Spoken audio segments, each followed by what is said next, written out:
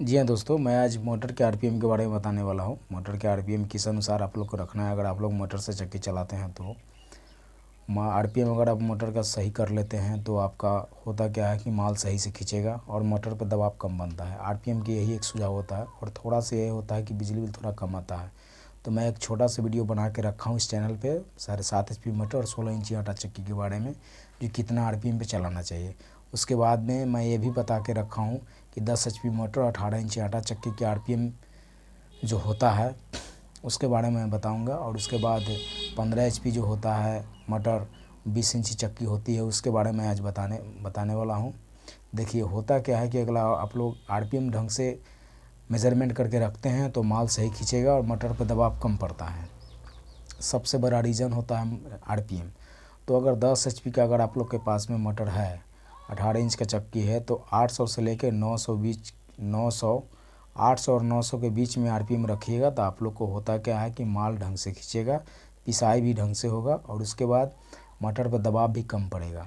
सारा खेला होता है पुल्ली का। तो पुल्ली के बारे में मैं बता दिया हूँ, मेरा वीडियो एक पड़ा हुआ है। 10 HP मोटर 18 इंच आटा चक्की पड़ा हुआ है। अब बात है कि सर आरपीएम किस अनुसार निकाले। तो आरपीएम के बारे में मैं एक वीडियो बना के रखा हूँ, वो 16 इंची आटा चक्की उसी में है, उसमें आप लोग समझ लीजिए। नहीं तो फिर से मैं आपको बता देता हूँ कि मटर में जो पुली लगाए हुए हैं, जितना जो आपका मटर का आरपीएम उससे मल्टीप्लाई कर लेना है। उसके बाद इक्वल जो आएगा वही इक्वल से करना क्या है कि चक्की में जो आप पुली लगाए उससे डिवाइड कर दीजिएगा तो आपको आरपीएम निकल जाएगा।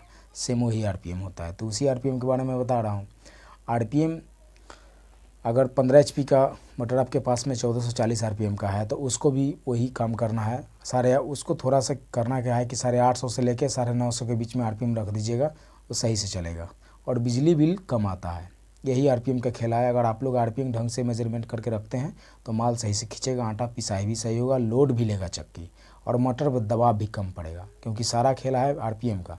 और आरपीएम से जुड़ा हुआ है पुल्ली का आप लोग के पास में ज्ञान नहीं है तो आप लोग चक्की नहीं चला सकते हैं। ये सबसे बड़ा नुकसान होता है खासकर पत्थर वाली चक्की में।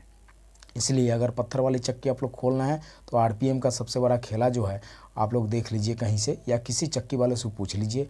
अगर उससे भी नहीं होता था, यूट्यूब पे बहुत सारे वीडियो है, वहाँ से भी देख के आप लोग ज्ञान ले सकते हैं। आप प्रैक्टिकल भी कर सकते हैं, आप खुद से प्रैक्टिकल कर सकते हैं कि मेरा 10 HP का मोटर है और 10 HP मोटर में कितना आरपीएम मिलेगा, उससे देख लीजिए।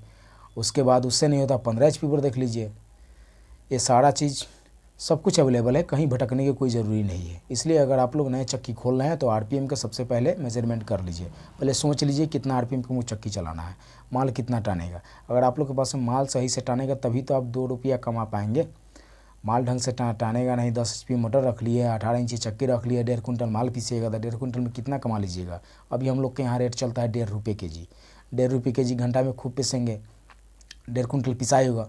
उसमें 100 रुपये मेरा बिजली बिल, एक्स्ट्रा डिमांड चार्ज, बिजली बिल दूसरा तरीका से आता है, तो उसमें तो सारा कहानी ख़त्म हो जाता है। इसलिए कुछ बच नहीं पाता है। इसलिए आरपीएम का सही से सेटिंग कीजिए आप लोग। अगर आप लोग नए हैं, चक्की लेना चाहते हैं तो आरपीएम का सेटिंग करके ही लीजिएगा चक्की और देख लीजिएगा कि हमको किस अनुसार पुली लगाना है।